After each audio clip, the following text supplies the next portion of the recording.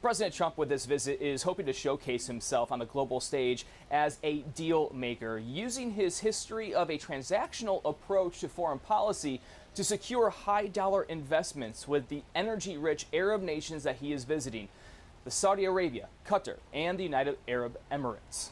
The first stop on the president's journey filled with pomp and circumstance. Air Force One escorted by Saudi fighter jets, Arabian horses ushering Trump's motorcade, and a lavender carpet welcoming Trump at the royal court. All of it highlighting Trump's close relationship with MBS, Crown Prince Mohammed bin Salman, whose relationship with the U.S. was strained following the 2018 killing of Washington Post journalist Jamal Khashoggi. Trump and Riyadh signing some of the multiple new agreements with Saudi Arabia.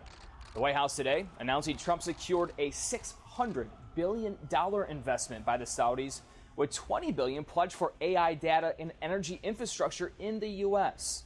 Also included is an expansive defense partnership valued at nearly $142 billion.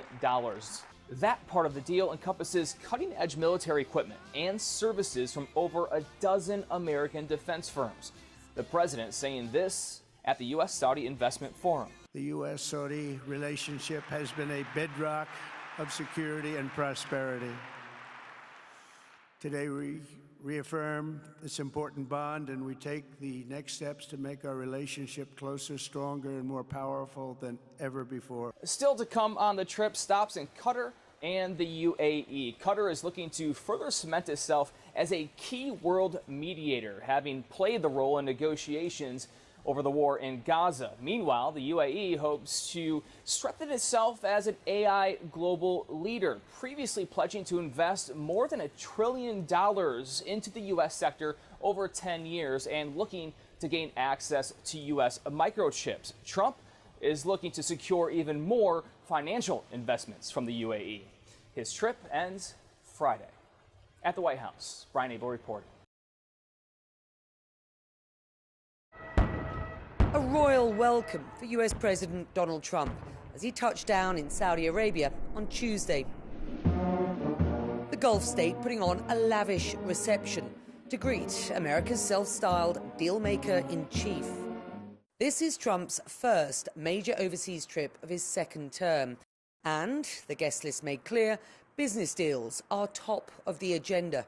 Tech CEOs and leaders of large US firms joining Trump's top political team in Riyadh. We have the biggest business leaders in the world here, and they're going to walk away with a lot of checks for a lot of things that you're going to provide. This is Trump's chance to prove himself a major deal maker on the global stage. He suggested 2 million US jobs could be created as part of his visit. The region is the new Europe in the mindset of President Trump. Clearly, he sees this region as a big priority area for his own economic agenda when it comes to securing deals for American companies that want to make sure that they have access to overseas markets. But while the fanfare was obvious, the finer details of what was signed not immediately clear. Multiple economic, trade and defense agreements, including, the White House says, a $600 billion commitment from Riyadh to invest in the United States. Officials here, who have huge economic ambitions themselves, insist this is no blank check, saying the deals will bear fruit for both sides. And I use trade to... In his keynote speech on Tuesday, Trump highlighted what he described as the, quote, modern Middle East. Before our eyes, a new generation of leaders is transcending the ancient conflicts of tired divisions of the past and forging a future where the Middle East is defined by commerce, not chaos, where it exports technology, not terrorism, and where people of different nations, religions, and creeds are building cities together, not bombing each other. It was a welcome message to Saudi Crown Prince Mohammed bin Salman, the Gulf state's de facto ruler and a key Trump ally since the president's first term in office. The visit here is the first on a 4-day tour of energy-rich Gulf Arab nations. Getting bigger and bigger. Next up, Qatar and the UAE, also keen to cast themselves as indispensable business partners and key intermediaries in conflicts from Gaza to Ukraine. Becky Anderson, CNN, Riyadh, Saudi Arabia. استهدف المشفى الأوروبي كما تسمعون الآن. حزام ناري طال الساحة في المشفى الأوروبي شرق مدينة خان يونس كما تشاهدون في الصورة. استهداف مشفى غزة الأوروبي شرق مدينة خان يونس في الساحة الخارجية للمشفى غزة الأوروبي. نحن في الساحة الخارجية للمشفى. الغارات كانت محيط مشفى غزة الأوروبي، والغارة الجوية طالت الساحة الخارجية لأمام قسم الطوارئ في مشفى غزة الأوروبي هنا شرق مدينة خان يونس جنوبي قطاع غزة. يعني هناك مواطنون تحت أنقاض هذا الرمال بعد أن طلتهم طائرات. Israel targeted Hamas leader Mohammed Sinwar in an airstrike on a hospital on Tuesday, according to a senior Israeli official. The Israeli military said it struck an underground command center beneath the hospital.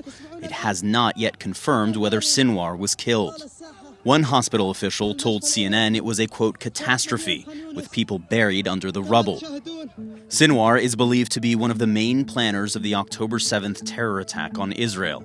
He became Hamas's de facto leader in Gaza after his older brother, Hamas leader Yahya Sinwar, was killed by the Israeli military last October. Both leaders had remained elusive during much of the war. The strike comes as the U.S. had expressed optimism about upcoming negotiations between Israel and Hamas to secure a new ceasefire. But the targeting of Sinwar means Israel just attempted to kill Hamas's key decision-maker needed to seal any potential agreement.